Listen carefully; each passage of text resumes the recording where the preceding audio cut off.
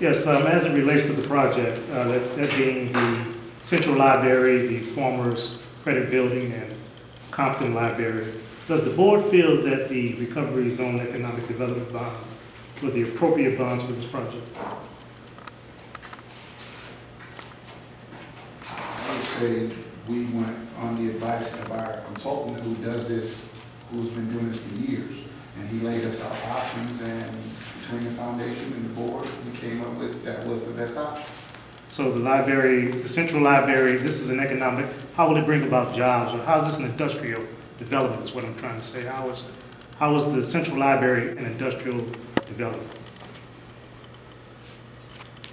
Because it was a public project for the library, and the renovation is happening all over America with the Renovation Recovery Act as well.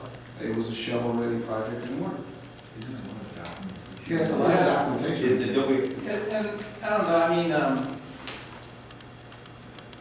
I think we also just make clear that when Keith speaks, he's speaking as a board member. He's not speaking on behalf of the board. Right, or on behalf of. Because I actually read all the documents, and I believe I read the same documents that you got from the sunshine request that you got, right, Waller? All that stuff in there from CLR was in there. And I read those documents 3 times. I'm sorry, I never got those. That's because, are you the individual who had some issues with your sunshine law request? Is that why you did that? Was for the workforce diversity resolution. That wasn't CLR.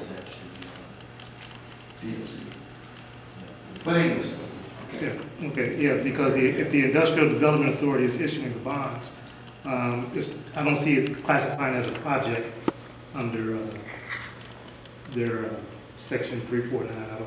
I think it doesn't declare as a project. It's a library project. Talk to the consultant, because we're not really savvy to that. I mean, we're not educated on all that stuff. That's why we hired him.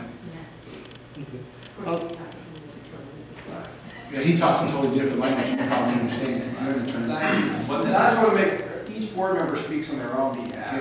Yeah, This isn't an official statement for. Yes, sir, I understand. Okay. I understand. He's a lawyer. Yes, sir, I understand. Also, I want to ask a question in respect to the gentleman from BSI was talking about the counts.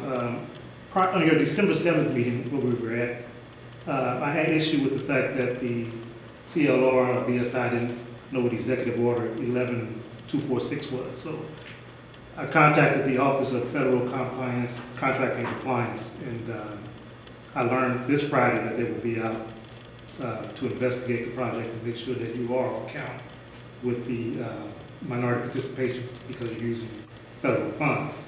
And so they will be out there every day until the project is completed to do a count. So, do you have a point of contact?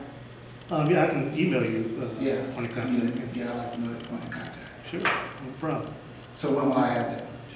I can get it to you tonight when I get home and email. Perfect. You have my email address?